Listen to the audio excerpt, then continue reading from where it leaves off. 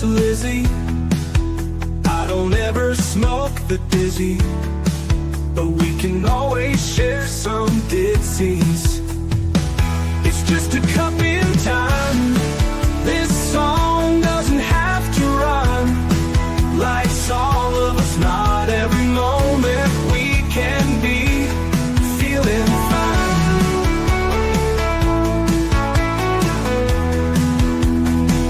I wanna share a moment, just a second if you will, maybe even a cup of thrill.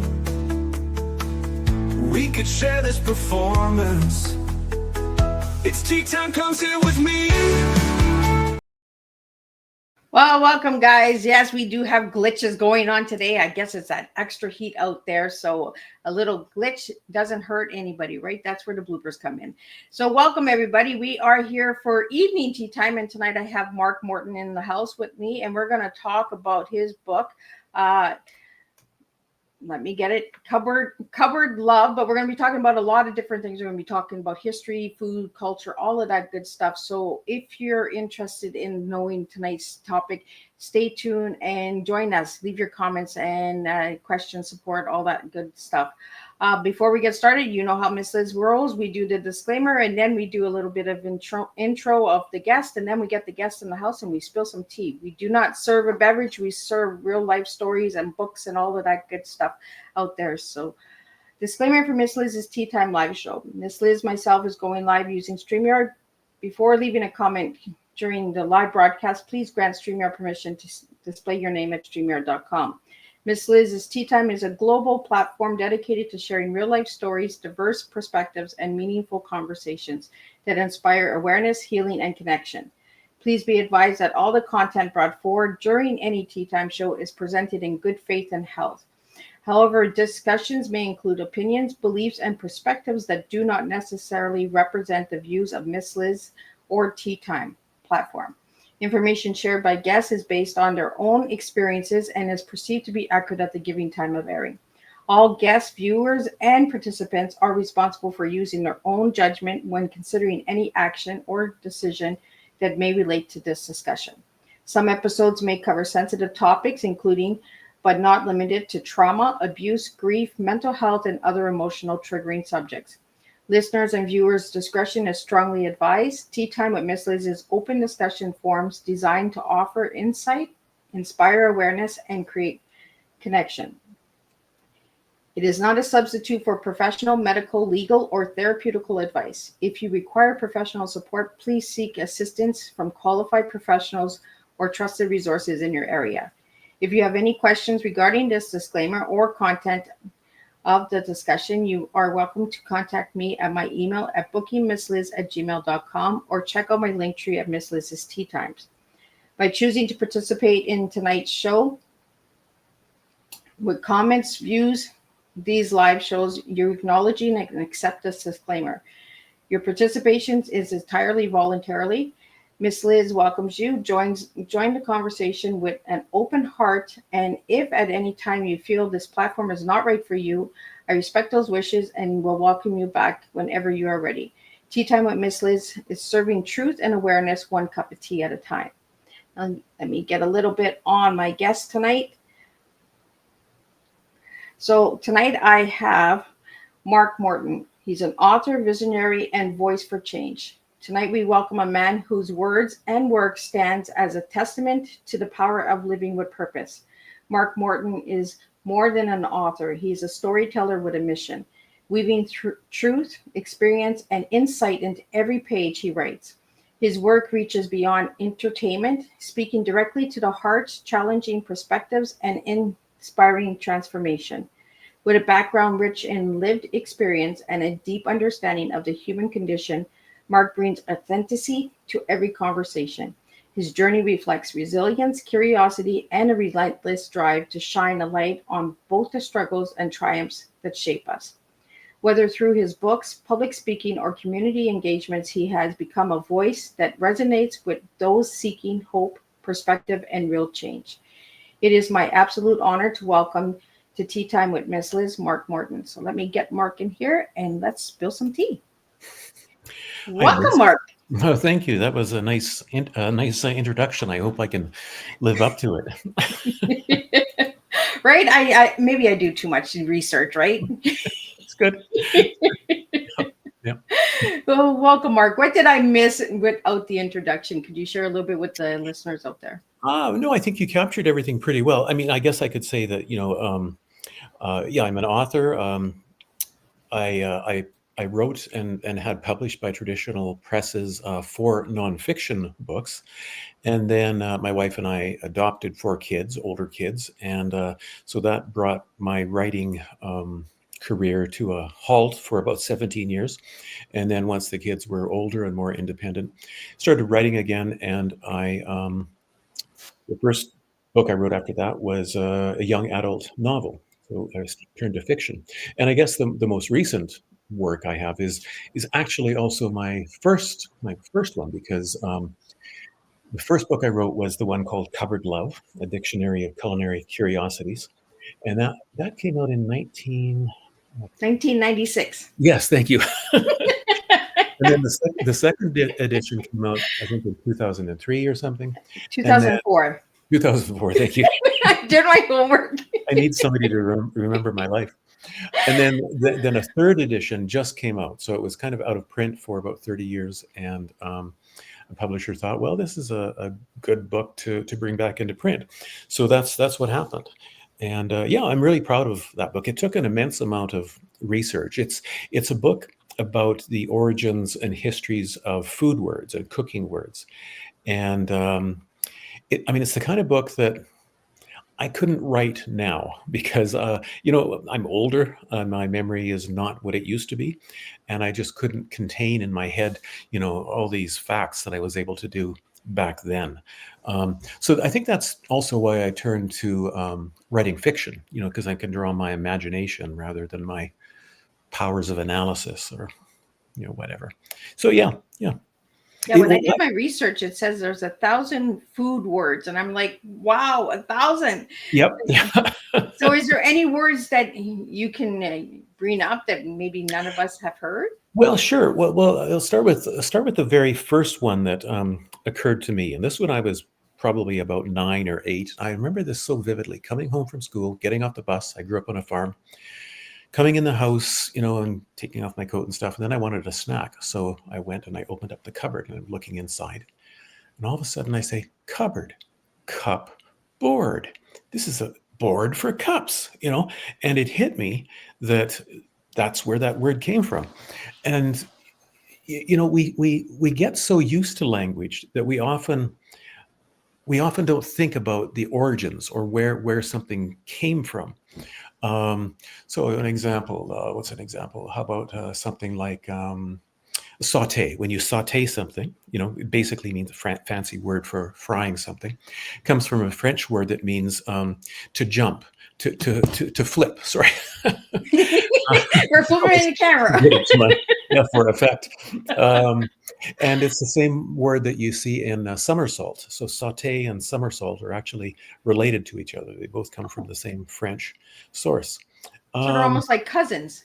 exactly. That's the metaphor that I like to use. That words. Well, I mean, ultimately, likely, all language, all words come from some original guttural sound that some Neanderthal or Homo sapien made, who knows how many tens of thousands of years ago. So in a sense, all words are related, just like all humans are related. Of course, some are more closely related than others. Some are kind of like first cousins, and some are like second cousins, and so on and so on. And the great thing about the English language, I mean, I'm in love with the English language. All languages are great, of course, but I think this is more true of the English language than any other language I know of, which is that it has been formed by so many different other languages. Like originally, it was a Germanic language, Anglo-Saxon, Old English. Um, and then I guess the first thing that happened was the Vikings came and then they conquered northern England and Scotland, and they introduced a bunch of Scandinavian words.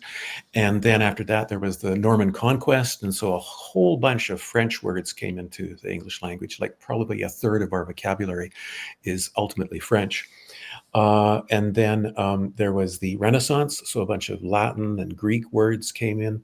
And then, of course, there was the age of exploration and colonialism, where people not just from England but from all European countries started traveling around and encountering other people, other languages, and adopting some of them. So a word like well, I grew up in Saskatchewan, and one of my favorite berries from there is called the Saskatoon.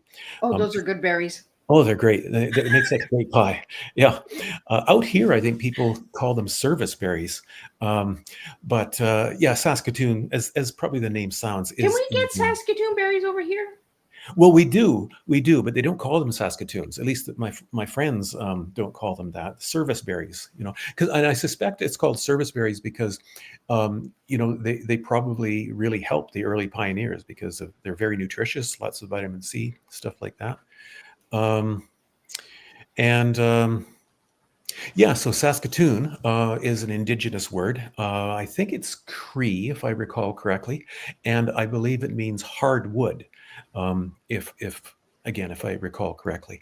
Um, so yeah, English is just full of words from all languages, and the language of food in particular, because everybody loves food, and we go to another culture and we bring back avocados.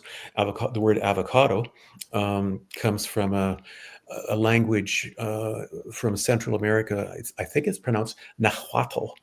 And avocado, well, I hope it's okay for me to say this.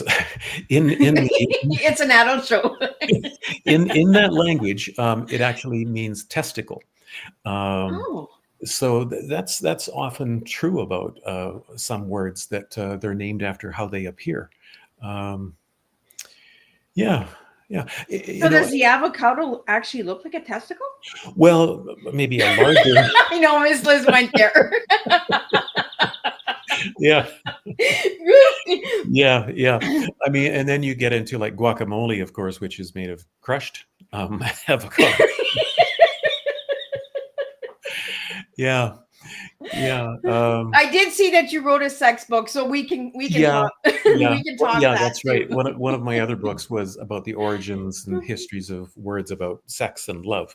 Um, that was the one book that I didn't give a copy to my mom of. You might be surprised. She might come back and tell you. Maybe. Can I mention another thing that's just a little bit off color? Go ahead. Okay, so my wife's grandmother, uh, she was just so astute, even into her 80s. She was just such a quick mind, and we gave her a copy.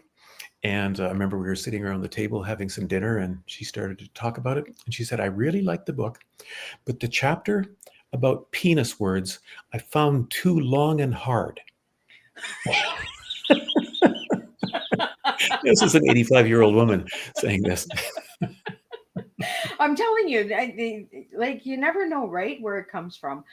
Yeah, Um, yeah, and for me, it kind of epitomizes um, my way of being in the world because I love discoveries. I love learning about things, and I'm relentless in looking them up. Like today, one of my colleagues is from Quebec, and she's a francophone. And somehow or other, we started talking about France. And, there's a region called Aix-en-Provence. X is spelled AIX. And I said to her, where does that word come from? Aix-en-Provence.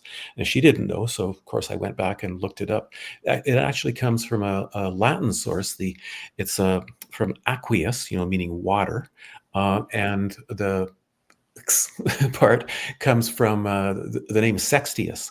So there apparently was a Roman ruler, Sextius, and he built some aqueducts in that part of the country. And so Aqueous Sextus became X over time. I mean, that's the thing about language, too, of course, is that words change.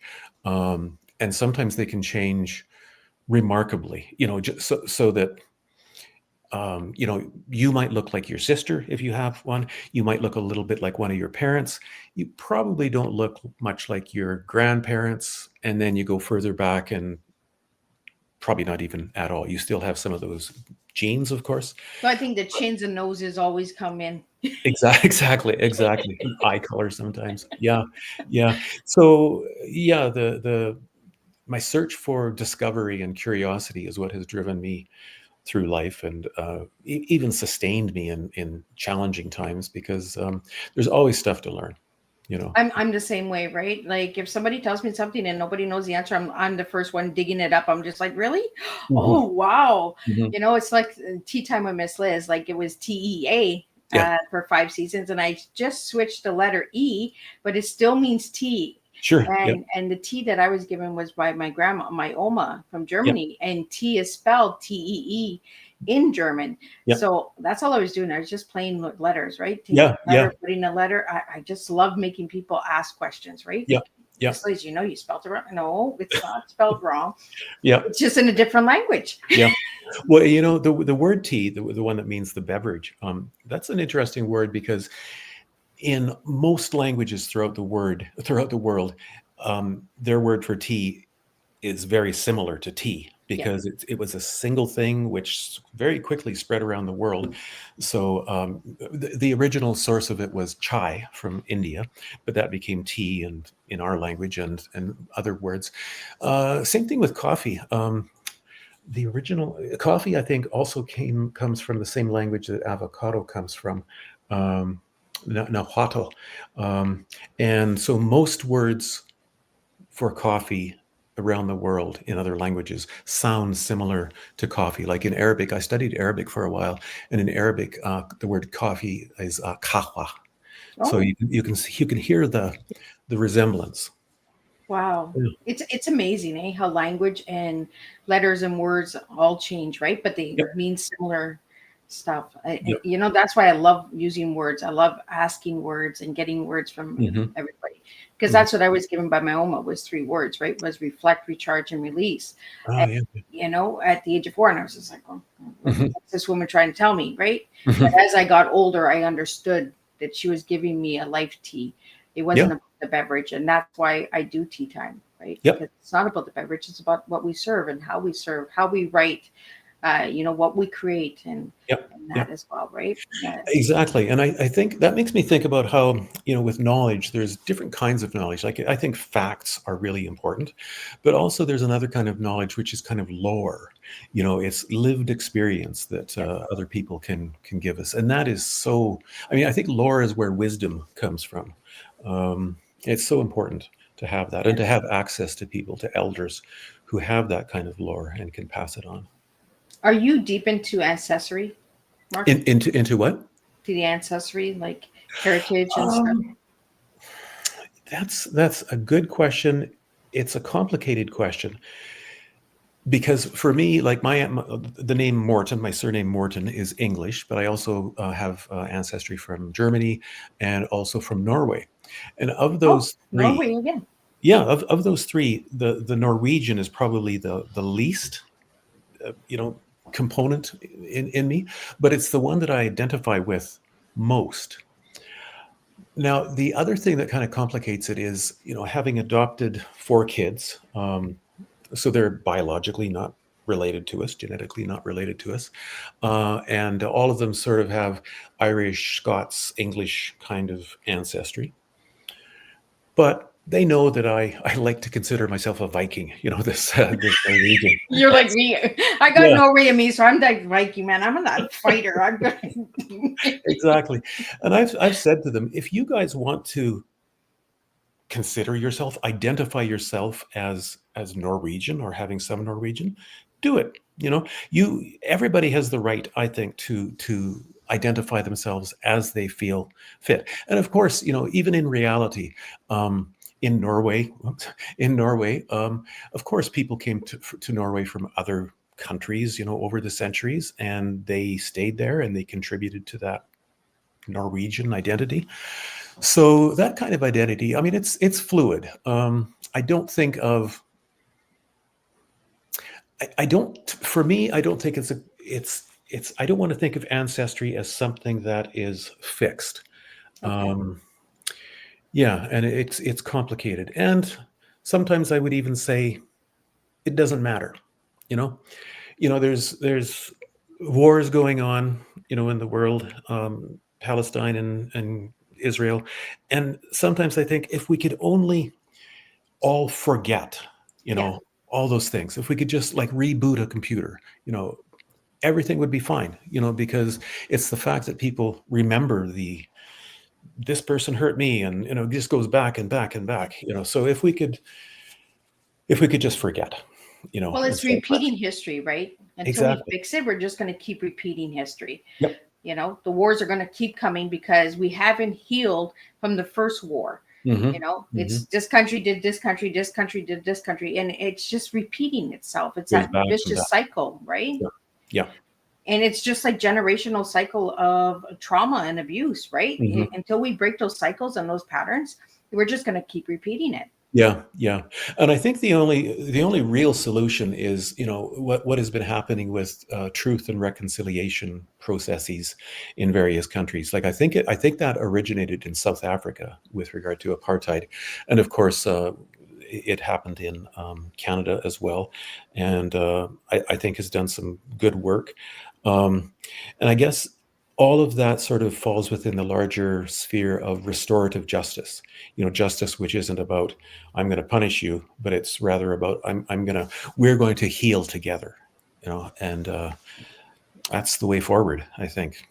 Well, we have to do it together, right? Not divided. And that's where I'm finding that today's world, we're being so divided, right? We're talking about diversity and inclusion, but we're Hmm. more divided than Hmm. ever Hmm. now. Hmm. More polarized, certainly. Yeah, yeah, Yeah. yeah. So, Mark, let's get into this book because Sure. this book was revised in 2004, Yep. and then where did I put it? I put it somewhere in my notes here. In 2003, it was translated into Czechoslovakia. Yeah, yeah, that astonished me because it's basically a dictionary. It's a dictionary of word origins. And I used to, before it was translated into the Czech language, I used to joke with people saying, oh, maybe this is going to be translated. Because I thought, how do you translate a dictionary? But yeah, a publisher in Prague bought the rights to it and translated it into Czech and published it. It's a beautiful book. They published it as hardcover. It's really really well done. Um, but I never thought I would see that. Yeah, I do Yeah, my homework. yeah, yeah, yeah, yeah.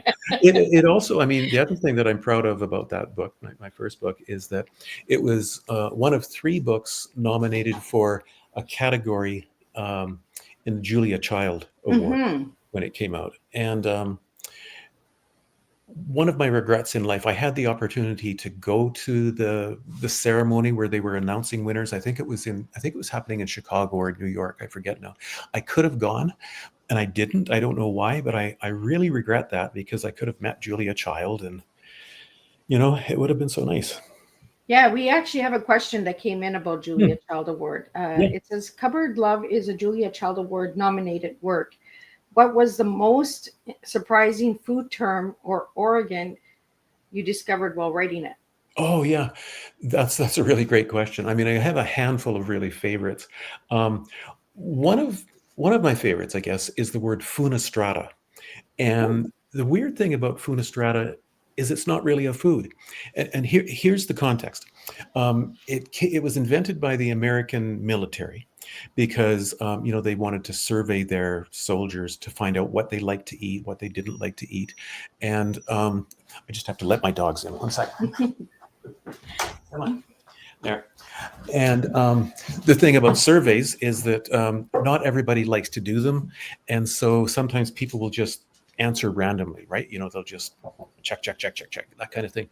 And so usually what people will do, experts in surveys, they will put in these kinds of questions that will reveal whether the person is really responding or not. So on the food survey that they created, Funistrata was one of the foods, and they said, which do you prefer, Funistrata or baked beans? And anybody who said Funistrata, they knew, well, we can reject that survey. They're not Oh, really reading it. So Funistrata doesn't exist. It's never existed. Another well, one that's a that's good way to catch them if they really read the book, too. exactly, yeah. Yeah, so I really and Funestrata, it sounds sounds so much like it should be a food. Like it sounds to me, if I imagine what Funestrata was, it would be like some sort of pasta, layered pasta, or something like that. Yeah. Yeah. So I love I I was love. just like, that doesn't even sound like food because that's too much foodie for me. Yep, yep. There's another sort of category of words that I like are ones that they're obsolete, and they've often been obsolete for centuries and centuries. Some of them are so obsolete that we don't even know what they were. An example of that is blobsterdis. Um, and we know it's a food because somebody referred to a recipe for it, but they didn't say what it was. So we know that blobsterdis existed, but we don't know how it was made or what was in it. So is that Uh, the lobster biscuit? well, I wondered that too, but I don't think so. Well, actually, but lobster. I'm going to give you another word. Lobster is an interesting word. It comes from the Latin source locusta, that meant spider or sort of bug more generally, um, because a lot of people thought that lobsters were sort of the bug of the sea. Um, Oh, look at that. yeah, yeah. You know where I'm going after, right? Yeah, yeah. Or sometimes foods are named after people. Like probably one that most people know is sandwich. It was named after the Earl of Sandwich. Supposedly, like this is probably a kind of apocryphal, but supposedly the Earl of Sandwich um, was he loved to play cards, and he would sit at the table for hours, sometimes days, playing cards and gambling. And he didn't want to leave the table, so he always would say to people, go make me something, take some bread, put some meat on it, blah blah blah, bring it to me. That's why it was named sandwich, because he was known for it. I mean, people obviously ate sandwiches before then, but it didn't really have that name. People would just talk about bread and meat. I would like some bread and meat. Um, but the name comes from the Earl of Sandwich. Peach Melba is named after a famous Australian opera singer. Caesar salad is named after a New York restaurant owner who invented it. You Um, know what? I always thought Caesar salad was named after Caesar, the well, Roman, I mean, the Roman Caesar. ultimately, it goes back to that. And one of the interesting things about Caesar, well, first of all, is that he himself wouldn't have pronounced his name Caesar. He would have pronounced it Kaiser, because that's just how Latin was pronounced. And that's where the German language gets Kaiser, like there used to be like Kaisers, Kaiser Wilhelm, and so on. And that's also where we get the term Caesarian, as in Caesarean section, because supposedly Julius Caesar, was born that way. And if and of course his mother was died back then, like 2000 years ago. He was cut out of the womb because he was known to be he was going to be such an important person in history. And they thought, well, we got to get him out, we got to save him, even if it means sacrificing his mother. So yeah, Caesarean section comes from that. Yeah, yeah. Language is just astonishing. The levels in it are just crazy. So, Mark, how did you get the title for that book, Cupboard Love? Cupboard love. Well, I've got dogs in here now. I opened the door and they came. Nope, that's good. And they're good examples of cupboard lovers, because our dogs are very affectionate. One is right under my feet right now. But if I were to go and start to get some cheese, then they're going to come around me, and they're going to, pretend they're going to show a lot of love to me. So that's what cupboard love is. Cupboard love is affection because somebody wants to get a treat. Um, so sometimes it might not even be real love. Like maybe it's a kid wants to get a cookie, and so they're saying, "Oh, mom, you're so great." It's That's in the cupboard. yeah, yeah, Or the cookie jar, right? The cookie yep, jars. yep. My grandkids know it's cookie jars for cookies and stuff like that. Grandma's got canisters all on the counter. Like, what cookie jar is it? Because Right. I like to play with their minds. I like to change Yeah, the cookies, so they think the chocolate chip cookies are in that one, and then yeah, they're actually in this one. Because yeah, yeah, just to yeah. keep them interested. And canister, by the way, it's obviously related to the word can, but it might not be as self-evident that it's also related to words like cane. And I believe it came from, I believe the original meaning referred to like cane as in, not sugar cane specifically, but that kind of plant that has a round, you Okay, know, yeah, and like then the hollow. bamboo. Yeah, exactly. Yeah, bamboo is a good example. And then people started to make similar things, out of clay or tin or whatever. And so that's where the name canister and can came from that idea of something being a kind of hollow cane. So this cupboard love that you wrote, Mark, it's Mhm. like a dictionary, or is it like a Yeah, it's a storytelling book dictionary in or the sense that recipe? it's alphabetical. The Okay. very first word I think is which is AAM, and that's an old term that refers to a size of a barrel, a size that you Oh, would put butter or something like that in.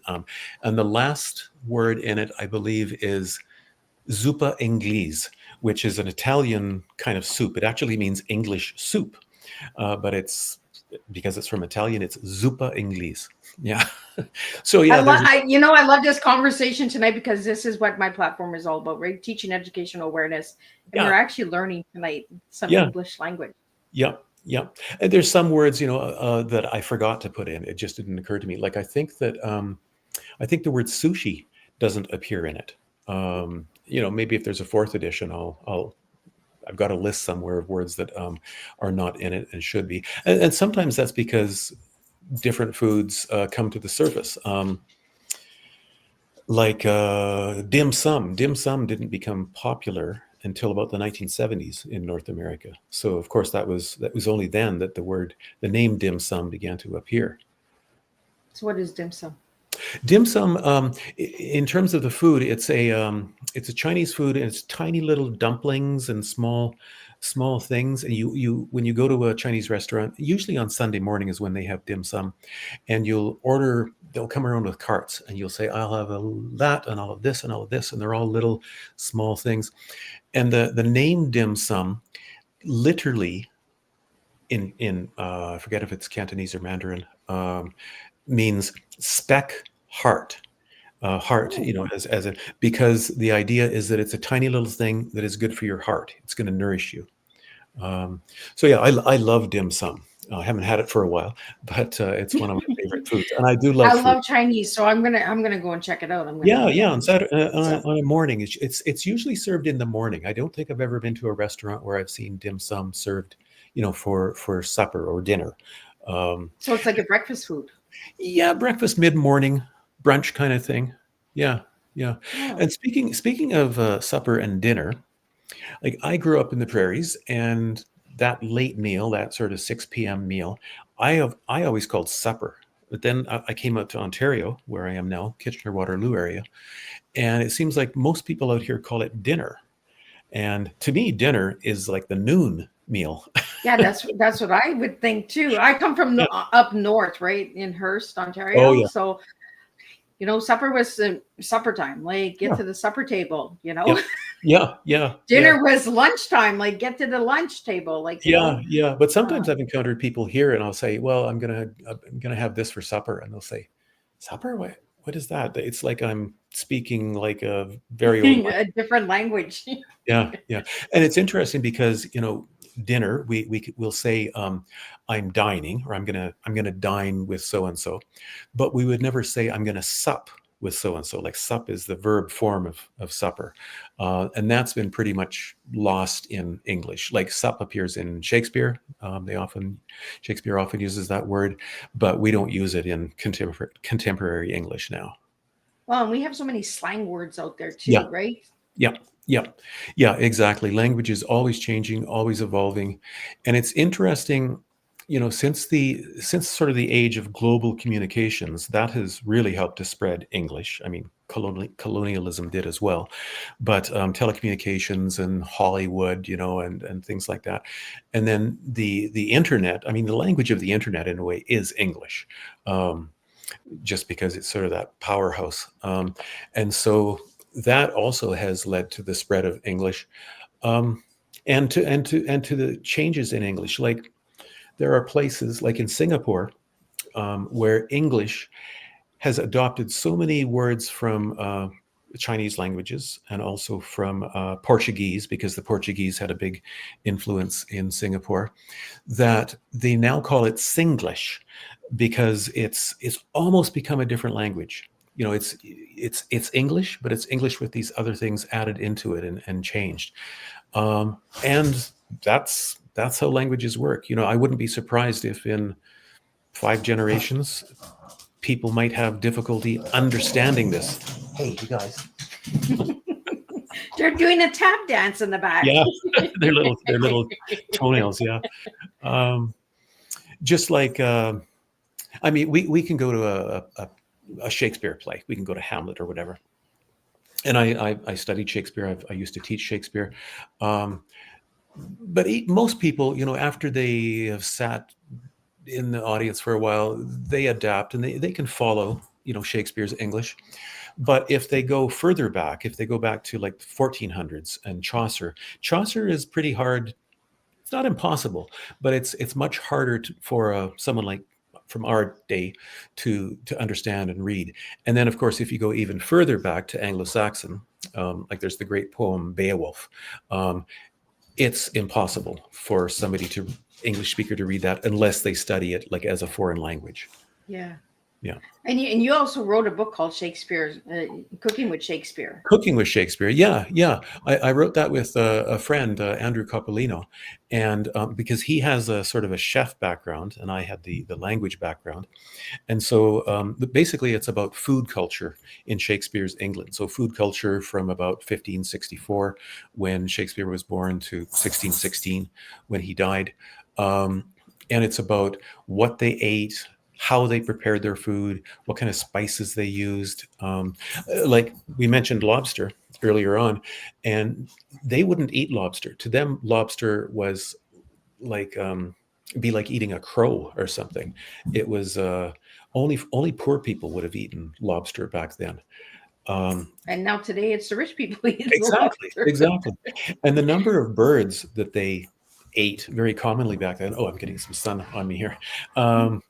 The number of birds that they ate, like they ate sparrows and wrens, and we even came across recipes for peacock. You know, yeah, they were very adventurous when it came to eating birds, and of course, back then, at least during the reign of Queen Mary, they were called sumptuary laws, and so you couldn't eat fish on Fridays because you couldn't eat meat on Fridays. You had to eat fish because Queen Mary wanted to kind of bolster or support the fishing industry. But one thing that they allowed people to eat that we would consider meat, you know, the bird called the puffin. It's like it's kind of a Arctic or bird. Is that like the one with the big yellow beak? No. No, maybe that's a toucan. Oh yes, the toucan. Yeah, but a puffin, it's a strange bird, and it can swim like crazy. Like it will dive underwater and swim. Oh, and so I seen it on Happy Feet. Yeah, exactly. Yeah, and so because it's such a water bird, they considered it basically a fish, and so you were allowed to eat puffin on Fridays because it was close enough to being a fish. Yeah, because the puffin was in Happy Feet. He was the guy That's with right. the plastic around his throat or something that they had to save him from. Exactly. Yeah. I'm giving my ages away here because I got grandkids that watch Happy Feet. Oh, and I don't know if you can hear my dogs playing here. I can quiet them down if you want. But it makes me think of another thing. Dogs in kitchens back then, like the aristocrats. Hey, you guys, Jasper, come here. I mean, the aristocrats, the rich people ate very, very differently than the poor people. The poor people basically just ate oatmeal and gruel and deer if they could, you know, poach one from the king's land, stuff like that. But rich people, it was a way of showing your wealth by eating all different kinds of very exotic things. Oh yeah, and I was going to say about the dogs. And so they would have these huge kitchens, and they would have spits, you know, that you would rotate, you know, that you put a chicken or whatever, some venison on it, and you would rotate it. But instead of having a person rotating it so it wouldn't burn. They often would have like little treadmills, and a dog would be walking on the treadmill in order to make the spit turn. Oh, You know, well, look at can that. you imagine? We had the dogs working back then. Exactly, exactly. I mean, even for most people, the idea of even having a dog in a kitchen would turn them off. But yeah, they Minor made exercise, right? exactly, exactly. It was the old way of walking a dog. Yeah, yeah. Get them their exercise. Yeah, yeah, Ah, yeah. y- what got you into history, Mark? I think, like I mentioned, I grew up on a farm in Saskatchewan, and it was a pretty poor little farm. But one thing we had were this what was this set of encyclopedias. They were called the Books of Knowledge, and they were from like 1918, I think. They probably belonged to my father's father or grandfather or something like that. And we had those, and I loved reading them. They were kind of like contemporary encyclopedias nowadays. They Like you were could like those little wooden books, right? Like that. not like that. Like they were paper bound, and they had well, what distinguished them is that they not only had facts or what were considered facts back then, but they also had stories, and most of the stories were about famous people, you know, Louis Pasteur and things like that.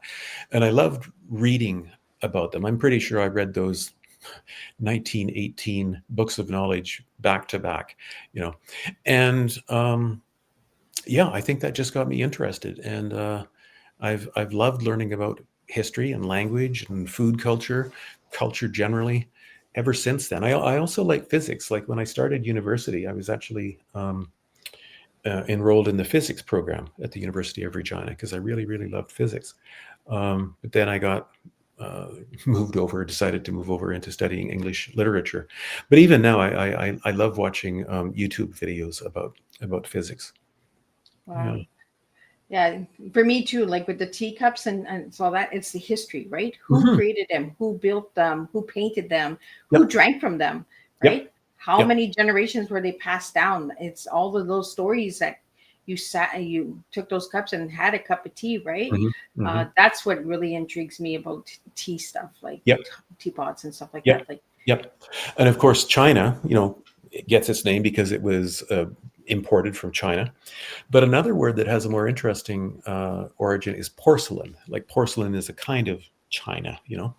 And the por part of that actually is related to pork. It means pig, because porcelain was, maybe still is, made out of bones. And so they would take pig bones and grind them up, I guess, and they would use that. And so porcelain and pork and even porcupine all come from the same source. Porcupine. porcupine is actually good. I'm gonna have a few viewers that are Miss Liz. Yes, I've had porcupine. Have you really? Yes, I have. Really? Oof, Yes.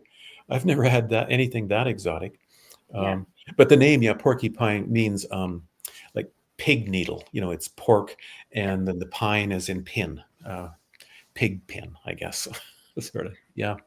Yeah. Where did you have porcupine? My grandma made it on the farm. Hmm. Must have been in 1980, 81, 82. She made porcupine. Hmm. I think somebody hit the porcupine and she was Hmm. just like, it's not going to waste. Yeah. Yeah. And then she said, well, I'll just try it, right? It's got to be like the rest of the meat out there. So she Yeah. just cooked it up and it was actually pretty good. We had a neighbor on the farm who would, if somebody hit a deer or something, we would call him, or somebody would call him and say, there's a dead deer on the side of the road. He would go get it, and he would slaughter it, or I guess not slaughter it at that point, but do whatever, dress it. I think that's the Yeah. word. Yeah. And there was another guy. Our prime minister used to be the head of the Bank of Canada, right? Yes. And before him, well, probably a few times before him, there was a guy named Gerald Bowie. He was born and grew up in this little small town in Saskatchewan. He became the the head of the Bank of Canada for a while. His father was very adventurous in eating. His father would eat crows and probably porcupine and things like that, raccoon. Yeah, it's just The most exotic thing that I think I have had is I mentioned that I've studied Arabic, and I went to Riyadh in Saudi Arabia a few times to give some workshops in um, learning technologies. And once I was at this kind of banquet, and it was one of those silver domes, and I lifted it up, and I thought, "What in the world is that?" And then I realized that's a brain.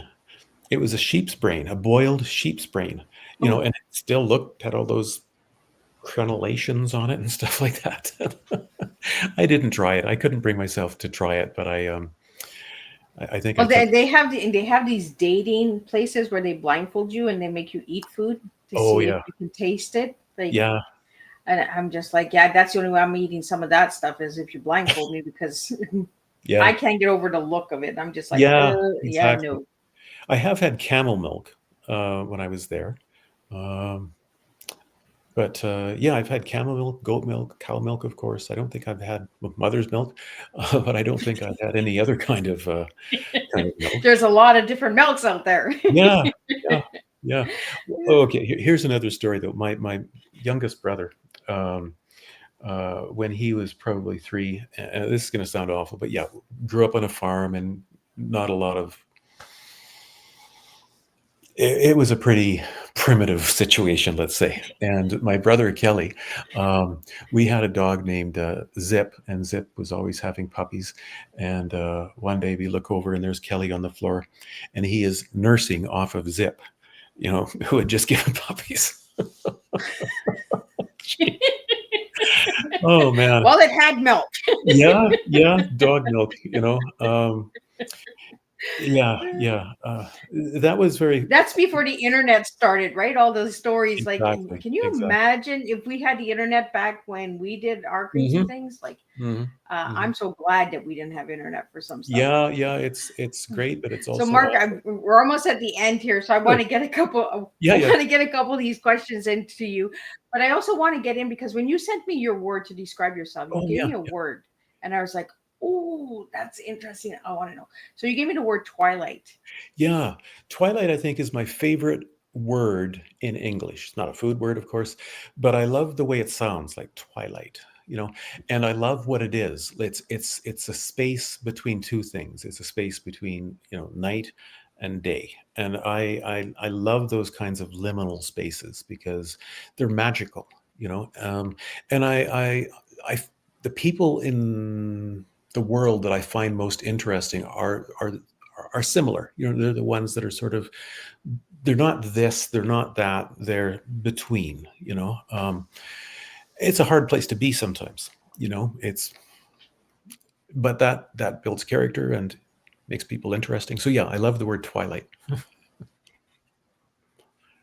So that describes you in a heartbeat, right? I think so. I think so. You're a Yeah, twilight. it captures one of my um, captures how I like to be in the world. I guess. Yeah, yeah. I can't Yeah. remember the other words. I when I got the word, I was just like, oh, that's interesting. I love when I get words because I have people that say, Miss Liz, that's a hard question Mm-hmm. to describe myself in one word. Hmm. Some people are like, let me really think about it. And then strong, Yeah, resilient, courage, And when I got Twilight, I was like, oh, this is going to be interesting. We're going to have yeah, something to talk yeah. about. Yeah, it's interesting to try to get people to think more metaphorically about a Yes. word or a thing that would describe them. Yeah. Yeah, yeah. And that can be a source of kind of self-discovery too. Like when you asked me that and I said, "Oh, Twilight." I thought, why do I like that? And I thought about how it's this kind of middle space between things. Well, it Yeah. kind of goes with the cooking and Hmm. the food, right? The Exactly. curiosity, right, of the Yep. twilight, Yeah, understanding what the exactly. twilight is. Yeah, and I think that's what curiosity is because, you already know something, but you also want to know more. You're always kind of trying to advance and you never get to the end. You never learned everything, Yeah, but you're always in a space of finding out more, hopefully. it's like the twilight. It's Yeah, endless, right? It's in yeah, the universe. yeah. So And I love the Twilight Zone as a show. that was actually a good show. They should bring it back. Oh, it was wonderful. It was wonderful. So thoughtful, and it raised philosophical and moral questions. Yeah. Absolutely. Yeah. So, Mark, for your T, you gave me authenticity, unlearning, and self. Yeah. Why those three Um, words? Unlearning, because I think a lot of the learning that we have to do is actually unlearning. And well, I guess what I mean is this. I grew up in a time when colonialism, we didn't even call it colonialism. It was Yeah. just how things were, right? It was like the white people are the best civilization, it was just taken for granted. And, as time went on and we made progress as humans, we realized, well, that's not the case. Colonialism was pretty bad in a lot of ways. And so I think we need to do a lot of unlearning, and that other cultures are just as valuable, just as important as whatever culture, I grew up in or we grew up in. So we have to unlearn a lot of things in that way. Um, and authenticity, I think, was one of the other words. Yeah. And yeah, I think it's really important to be authentic, to be one's authentic self. I think it also makes it easier to kind of move through the world, because you don't have to be always thinking, I gotta be this person, I gotta pretend to be this person and create this self. You just are, and people can like you or not. What was the third word that I chose? Self. Self. Yeah, yeah. Yeah, I was interested with that word self. Yeah, I mean, we are all selves. Each one of us has a self. And I sometimes find it interesting to think about how everybody is walking around. I'm walking down the street and everybody around me thinks of themselves as a self. They're all thinking, I am me, Yeah. So on the one hand, we're all individuals. We're all separate. We can't even get inside each other's minds. What you see for blue might be different than what I see for blue, for example. But on the other hand, we're all united because we all have selves and we're all trying to be in this universe that we found ourselves getting born into.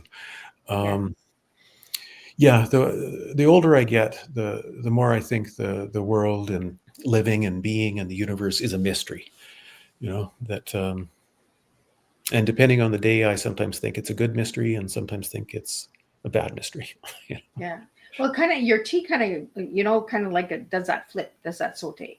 Hmm. Because the Yep. unlearning, right, of Yep. self to become Yep. authentic, Yep. right? And then you put it all together and it's to be your one self, Yep. you know. But we're Exactly. so afraid of being authentic because in today's world, what is authentic? Hmm. Right? We're Hmm. being told that we need to be doing it this way, we need to look this way, we need to say this, you Yeah. know, I Yeah. mean, freedom of speech is being taken from us. Hmm. Censorship is coming in. A lot of people are all confused in that. Hmm. So, Hmm. how do you be authentic when you're always being programmed to don't do that, don't say Yeah. this, don't, Yeah. So Yeah. Yeah, that's one of the things that my wife and I tried to instill in our kids, I think, was be authentic, be yourself. Um, because ultimately, that's all we got, you yeah, know? like I tell everybody, I am who I am. If you don't like me, you don't like me. If you like me, you like Yeah. me. And I don't Yeah. want to be everybody's cup of tea, right? Because then Exactly. Yeah. if I'm Yeah. everyone's cup of tea, then am I really being authentic? Yep. Yep. Yeah. It's like Popeye used to say, the cartoon, I am what I am. With a good can of spinach. Yeah. We're kind of giving our ages away here, but Yeah. Yeah. you know. Yeah. So, Mark, is there any new books coming our way, or what's? Uh, well, yeah, I've completed another novel, like my first YA novel. It came out last year. Was a dystopian novel, sort of a yeah, speculative dystopian novel. And I've completed another one, but it's not YA. It's not for young adults. It's more of just an adult dystopian novel. Um, I like to think of it as kind of on TV. There's a series. What's it called? The Last of Us. I don't know if you've Okay. seen that on Netflix. Yes. And I really like it because it's telling a good story, but at the same time, it's raising lots of issues and questions, and it explores a lot of gray areas, kind of like the Twilight Zone, like we were saying. Um, and that's what I want to do with my fiction, is not just tell a story. I mean, telling a good story, Yeah. if it's not a good story, who's going to read it? But I also want to create a world in which important questions are raised and considered. So yeah, that's what this new but unpublished novel is trying to do. So yeah, I'm trying to find a publisher for it. It's called The Darkening Sun. That's the title that I Oh, have for it. nice title. I like Yeah, that because the other one is the Headmasters. yeah, yeah. So That's right. I was Yeah. when I checked out your books, I was like, okay, he's got food, sex. I'm like, Yeah. this guy's all over it. Yeah, yeah. Well, and another one was about. It was called The End. That was my second book, I think, and it was about. It came out in 1999 at the end of the 20th century, of course, and it was about how people at the ends of previous centuries, 1899, 1799, 1699, how they celebrated or wrote about the end of their century. Oh. So it was kind of a history and culture work of nonfiction. Yeah. Yeah, and then you have the lover's tongue is the Yeah. language of love and sex, Yes. Yes. and that's something that I bring on Tea Time a lot because we don't talk about sex and Hmm. healthy intimacy and stuff like that as well, Hmm. right? So Hmm. is that what that's in that book, or is that another dictionary where it's just a bunch It's of different it's words? Or? similar to Cupboard Love, but it's not alphabetical. It's Okay. sort of chapter by chapter. Um, I start pretty tame with words. I think the first chapter is terms of endearment, like why do terms of endearment tend to be food based? Sweetheart, crumpet, honey. Even in French, they say mon petit chou. My little cabbage. Like, why is that? And then the next chapter is probably words that mean love, things like that, words that mean desire. And then as chapters go on, they become more explicit. So So is it like breakfast, lunch, dinner, I never thought of and that. then nightcap? Yeah, I never thought of that. But yeah, so the interesting thing about that book, it did pretty well and got good reviews. Like, it was widely reviewed. A publisher in the UK bought the rights to it. My publisher didn't tell me that, and they actually changed the title when they published it in the UK. They called it, it's called Dirty Words: The Story of Oh, Sex Talk. And I didn't, I mean, I thought it was weird that I wasn't told that they had changed the title, but they know their market. They're a people that like shows like Benny Hill, and so calling it Dirty Words is probably a good marketing move. Yeah. Benny Hill was pretty cool. Yeah, yeah. I mean, anything you film somebody and then speed them up, whatever they're doing, it becomes funny. Yeah. Well, and we do that in today's world, right? We make a video 5 minutes and we make it into 30 seconds, right? Yeah, yeah, yeah. That's right. So we Yeah, speed it up. So yeah. Mark, one last question, and then I'll Mhm. get you to say your last couple of words. Sure. Uh, Give me one moment in your life that has made a huge difference in your life. Hmm. Okay. There's lots, but one would be my wife and I. First, we adopted two kids, Brandon and Leica, and after about 3 years, we thought, well, we actually weren't thinking about adopting more kids. We were asked by a Family and Children's Service agency to go to this event where people who were interested in adopting kids, they could hear. So we went with our kids, and we were on this panel, and Brandon and Leica could give their perspective of what it was like to be adopted and things like that. And after it was over, there were tables set up, and on the tables, and this is kind of awful in a way, on the tables were these one pagers, each one devoted to a different child. This is so and so likes this, and blah blah blah. It's almost like buying a car or something like that. But Oh wow. kids need to be adopted. Anyways, so we happened to be walking by this one table and saw this one flyer, if I can call it that, for twins. And we looked and thought, oh, that's kind of interesting. And that's what prompted us to follow up. And we ended up adopting those kids, Matthew and Roxana. So that moment, I like to think about how our lives would be different if our eyes hadn't happened to light on that flyer on that table. I can't imagine our life without those kids. Yeah. But on the other hand, it was chance. Oh, it was chance or it was destiny. I don't know. Maybe those are the same things. Yeah. I believe in the universe. Universe brings people to me, and I'm just like, what? Hmm. What do I need those people for? You'll find out. Yeah. Then you're like, oh, well, thank you. That was a blessing. Or, oh my goodness, did I learn a lesson there? Yeah. Yeah. So, Mark, what are your final words? And for people to reach out and get your books and all that, where can they find that? Uh, well, okay, I'll start with the second one. All of my books, well, except the one about the ends of centuries, that's out of print now, but they're all available on Amazon, or Barnes and Noble or Chapters. They have them. I even saw the other day online. It's you can get it at Walmart, which kind of surprised me. You can also get your local bookstore. They need support. They can order it in for you. It'll take a week or so probably, but all of those things are available. My website is markmorton.ca, and it all my books are listed there and described. Um, in terms of final words, boy, I don't know. We've been talking words all night, and Yeah, yeah, he's speechless. yeah.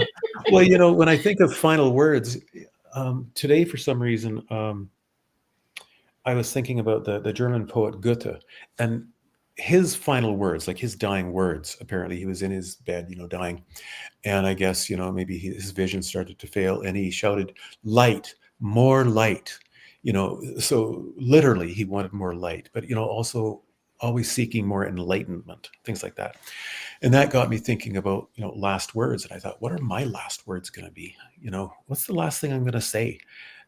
Who knows? Yeah. I could die in a hospital bed or Well, don't say your final words. and then I have to do it. Yeah, but we don't know, or a piano could fall on my head, but There's we're no all pianos anywhere near you, is there? not right now. But we're all going to have last words, and we don't know what they're going to be. Supposedly, Oscar Wilde, the English playwright and amazing guy, supposedly his last words were, "Either that wallpaper goes or I do."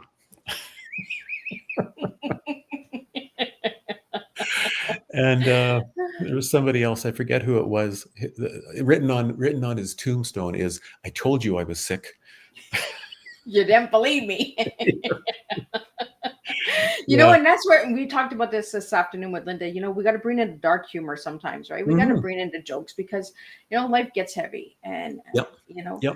Yeah, well, it's like the Leonard Cohen song, "Ring the bells that still can ring." Um, there is a crack in everything. That's how the light gets in, through those cracks, through brokenness, yeah. Yeah. And we talked about those as well this afternoon. That's what I mean. The universe, my guests always align in the afternoon and evening, and you guys don't even know what we No. talked about, and No. it just happens to come out. Well, I really want to thank you, Mark, for joining me tonight on Thank Tea you. Time, and thank you to the viewers on Instagram, YouTube, LinkedIn, and Facebook, and for all of the people that joined in the studio, and people who sent questions along. I will pass those questions on to Mark because we got into a good conversation. So I Sure. will send those questions to you, Yeah. Mark, and you can answer them and then send them back to me. Be And I'll glad get to. them out to everybody that sent them in. Yeah. But that's what I mean. Tea time, we never know what flow we're serving, Mhm. right? So, and I really enjoyed tonight's conversation. Me too. I really enjoyed it. Thanks, Liz. So again, thank you so much. And I'll be back same time, same place, Tuesday, Thursday, 3 p.m., 7 p.m., and we'll do it all over again. So stay tuned for that, and stay tuned to the golden heart moments that are coming. Miss Liz has a couple surprises that are still coming this month. So until then, I will wish you guys all a beautiful weekend, and I will see you on Tuesday.